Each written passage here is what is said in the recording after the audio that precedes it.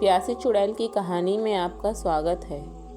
आज हम लोग आपको बताएंगे कि एक प्यासी चुड़ैल ने किस तरह एक बच्ची को अपने कब्जे में कर लिया। ये बात है उस समय की जब एक परिवार बहुत ही खुश था और वे अपनी खुशी को दोगुना करना चाहता था। उन लोगों ने सोचा कि हम लोगों को क्यों ना शहर में एक घर लें जो कि बेहद खूबसूरत हो। दरअसल उनके उस टाइम पर जॉब का पैसा मिला था उनको, तो उन लोगों ने सोचा हम लोग सिटी में रहने चलते हैं। तो वे लोग जब सिटी में घर लेते हैं तो वहाँ पे एक घर होता है जो कि बेहद ही खूबसूरत होता है और वे उस घर का सारा पैसा उस मकान मालिक को दे देते हैं और उस घर को खरीद लेते हैं। उस घर में खरीदने के बाद उस घर में ऐसी घटनाएं स्टार्ट हो जाती हैं जिनकी उन लोगों ने कभी कल्पना भी नहीं की थी। दरअसल होता क्या है कि जब उस घर में वे लोग रह रहे थे तो उस लड़की के साथ अजीब अजीब घटनाएं घट रही थी। यानी कि जो एक छोटी सी फैमिली थी उसमें एक बच्ची थी, एक लड़का था और माँ बाप थे। उन तीनों को छोड़कर जो लड़की थी उसको रोज अजीब अजीब घटनाएं वहाँ पर सुनाई देती थीं, मानो जैसे उसके आसपास कोई घूम रहा है या कोई उसे आवाज़ दे रहा है। उसको हर रोज़ ये व्यतीत होता था। उसने सोचा क्यों ना मैं इस बात को अपने माता पिता को बताऊं। उसने ऐसा ही किया। उसने अपनी माँ को बताया कि माँ, मुझे यहाँ हर रोज़ कुछ अजीब सी चीज़ें दिखाई देती हैं और अजीब सी चीज़ें सुनाई भी देती हैं, जैसे कि कोई साया हो वो मुझे पुकार रहा हो या कोई साया हो जो मेरे पीछे पड़ रहा हो। उसकी माँ बोलती है कि ऐसी घटना होनी तो नहीं चाहिए, पर अगर अब तुम्हें महसूस हो तो तुम हमें ज़रूर बताना। वो अपनी माँ से कहती है, माँ, मैं इस बार तुम्हें ज़रूर बताऊंगी। मुझे जब भी महसूस होगा मैं आपको तुरंत बुला लूँगी। उस रात वो अपने कमरे में सो रही होती है और उसे वही महसूस होता है कि उसके पास कोई खड़ा है।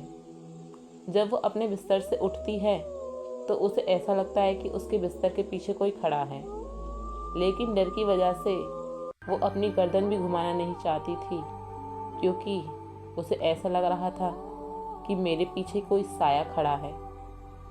वो बस आगे को अपना कदम रखती है और अपने कमरे से बाहर निकलकर भागकर अपने माँ बाप के कमरे में चली जाती है। जब उसकी माँ पूछती है कि क्या हो गया, तब वो बोलती है कि माँ, वो इस तरह से वो थोड़ी डरी हुई होती है। उसकी माँ बोलती है कि आराम से बताओ हुआ क्या है। तब वो बोलती है कि माँ, मुझे ऐसा लगा मेरे कमरे में कोई है और वो मेरे पीछे ही खड़ा है। उसकी माँ बोलती है कि चलो कमरे में चलो। तभी वे तीनों उसके कमरे में जाते हैं और देखते हैं कि वहाँ कोई नहीं होता। जब वो उसको बताती है कि यहाँ तो कोई भी नहीं है, तुमने किसको देख लिया? तब वो बोलती है कि माँ, मैंने महसूस किया था कि यहीं पर कोई है।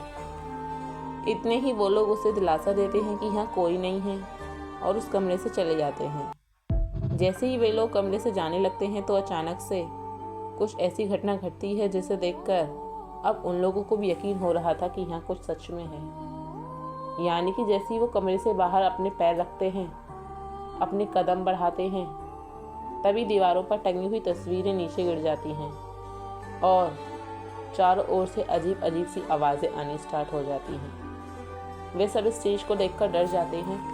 पूरी फैमिली डरी हुई थी और उसके बाद में वे सब देखते हैं कि चारों ओर से बहुत भयंकर आवाज़ें आ रही हैं। वो लोग अपनी जान बचाते हैं और वहाँ से भागते हैं। वे सोचते हैं कि ये आखिर हो क्या रहा है। वो लोग वहाँ से भागते हैं और सोचते हैं कि आखिर हो क्या रहा है। वो वहाँ पे पास में एक मंदिर में जाते हैं। वहाँ से किसी इंसान को बुलाकर लेकर आते हैं, यानी कि जो एक पंडित होता है। वो उसको बोलते हैं कि ये आवाज़ें हमें क्यों सुनाई दे रही हैं। पंडित बोलता है कि शायद इस घर में कोई चुड़ैल है जो कि आप लोगों को यहाँ परेशान कर रही है। वो बोलता है कि हम लोगों को परेशान क्यों कर रही है और हमने इसका क्या बिगाड़ा है। पंडित बोलता है, मैं इस बात का अभी पता कर लगाता हूँ। पंडित अपने सारे मंत्र और जापों को स्टार्ट करता है और उस आत्मा से इस बारे में पूछता है कि तुम कौन हो और इस घर में क्या कर रही हो और इन लोगों को क्यों परेशान कर रही हो।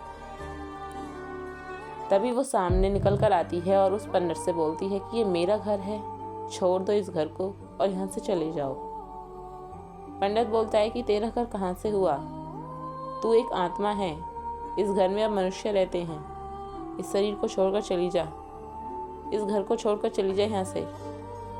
वो बोलती है कि नहीं जाऊँगी और मेरा घर है, तुम सब यहाँ से जाओ वरना तुम सब में से किसी को जिंदा नहीं छोड़ूंगी, एक एक करके सबको मार दूंगी।